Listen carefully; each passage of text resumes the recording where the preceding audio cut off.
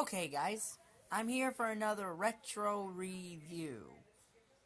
Today we're revisiting the World Wrestling Federation, or as it's now known, WWE, with Ground Zero in Your House, which took place on September the 7th, 1997, from Louisville Garden in Louisville, Kentucky. This is a 7-match card, so our maximum star rating is 35. We open up with Goldust versus Brian Pillman. This is the heart of the Goldust and Brian Pillman angle. This was the rematch from SummerSlam. If Goldust won, Brian Pillman would leave the WWE for good.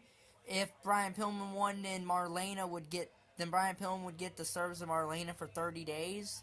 Now, I believe the plan was that Marlena was going to turn on Goldust at the Bad Blood pay-per-view, and Pillman would win the feud that way, and Marlena would team with Pillman. But because of Pillman's death, that plan got scrapped, obviously, the next month. Which is a sad commentary about this show, that Brian Pillman's in the opening match of this show, and the next month he's dead. But, that's the way... Sorry. Excuse me. That's the way things go in wrestling. This is a so-so match. It's 1.5 stars. Brian Pillman wins when Marlena gets her person. She's going to hit Pillman with it. It's got a brick in it, and Pillman hits Goldust and gets the win. Nothing special, 1.5 stars. So then we get Scott Putski versus Brian Christopher. This is an interesting match. It's a 1/2 star match that ends probably before it was supposed to. See, there's this spot where Christopher does an outside dive to Putski, and during that dive, Scott Putski blows out his knee, and we never see him again. So Brian Christopher wins by forfeit because Scott Putski can't continue, and Scott Putski probably has the worst career of any WWE superstar because he got injured when he's in the middle of a pushing away, and it ruined his WWE career, and we never saw him again in the WWE. He might have turned up in WCW, but we never saw him in the WWE again. 1/2 star, Brian Christopher won. So then we get an interesting match. The first ever triple threat match on WWE television. Yes, this is the first official triple threat match. Even though they had a reason to do this in 1994 and didn't do it, this is the first official triple threat match in the history of the WWE. As it's Farouk versus Crush versus Savio Vega, the 3 members of the Nation of Domination who now have their own stables. You know, as Crush has gone on to form Disciples of Apocalypse, and Savio Vega, of course, has gone on to form Wolves Per Week was. This is actually a good triple threat match. Yeah, it actually is. It's a 2.5 star match, you know. And, yeah, there's the cliches of the triple threat match, but they weren't cliches yet because this was the first one of their kind. Farouk and Crush team up on Savio, and Savio and Crush team up on Farouk. Ultimately, Savio's outside. Crush hits the heart punch to Farouk, and then Savio hits a spin wheel kick to Crush, and that gets the win for Savio. In a rare pay-per-view win for Savio Vega, he didn't get many of them.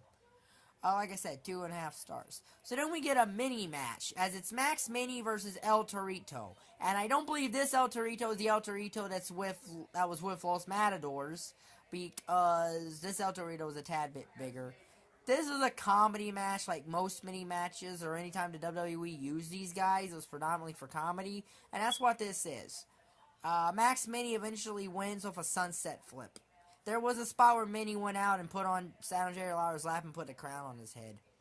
So, before the next match, we get an in-ring interview of Steve Austin and Dude Love as they have to forfeit the WWE Tag Team Championships due to Austin's injury. And Austin gets upset. You know, Jim Ross says that it's for his better good, and Austin just stuns Jim Ross. This was the start of when Austin basically was stunning everybody while he was healing from that neck injury that he had SummerSlam 97 that he never technically fully recovered from. This was the start of when he just went around stunning everyone. He would stun JR, King, Sergeant Slaughter, Vince McMahon, and a whole bunch of referees during this time. Because they didn't want to take him off of TV because he could be a draw just by being there. So the next match is a fatal 4-way elimination match for the WWE Tag Team Championship. It's dubbed the Fatal 4-Way, but it's a Fatal 4-Way elimination match for the Tag Team Championship. Technically the second one of these, as the first one of these in WWE history took place at WrestleMania 13. That bad WrestleMania that should be stricken from everyone's memory. Okay little match, but it's the Headbangers versus the Godwinns versus the Legion of Doom versus the Owen, Hart, and British Bulldogs. 2-star tag match. The Legion of Doom get eliminated by using the buckets of the Godwinns that the Godwinns bring in, but the referee doesn't see the Godwinns bring them in. He only sees the Legion of Doom use them. So Legion of Doom get eliminated without actually jobbing. Then the Godwinns get eliminated. And then it's come down to Owen and Bulldog and Headbangers. Owen's about to put the sharpshooter on, I believe it's Mosh. Austin comes in, stuns Owen, Hart, and then Mosh gets the, whatever headbang was legal, gets the win, makes the Headbangers the tag team champions. 2 stars. So then we get the WWE Championship match. Bret Hart versus the Patriot. This is a 3-star match. The Patriot got this match because he had beaten Bret Hart on television about a couple months prior to this. So there is a reason for this match. It's an okay match. It also sets up the next month's pay-per-view match, by the way. Finish is Patriot hits the Uncle Slam, full Nelson Slam, goes to recover. Bret gets his foot on the rope. Patriot then puts a sharpshooter on Bret, but Bret reverses, and because Bret had worked over Patriot's knee, Patriot ends up submitting. Which kind of means the feud's over, because Bret just got a decisive win, but it went into the next month in a tag team match. So there's that.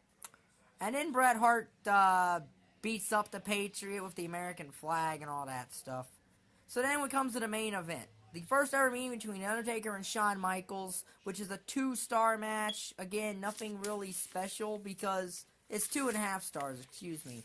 For part of the match, it's not even a match. It's just a fight, and it pretty much is just a fight after that. There's ref bumps galore. Undertaker at one point throws Mike Chioda over the top onto Shawn Michaels. He chokeslams Earl Hebner, this is where Undertaker first did his dive. It ends, I believe, in a double DQ, which led to the Hell in a Cell match at Bad Blood the next month. So it's 2.5 stars, like I said. So out of 35 total stars, this show gets 13, which makes it a D+ again. So this will be in my Retro Wrestling Review playlist. If you like the video, like button down there, subscribe button's down there, and thank you for watching. Bye.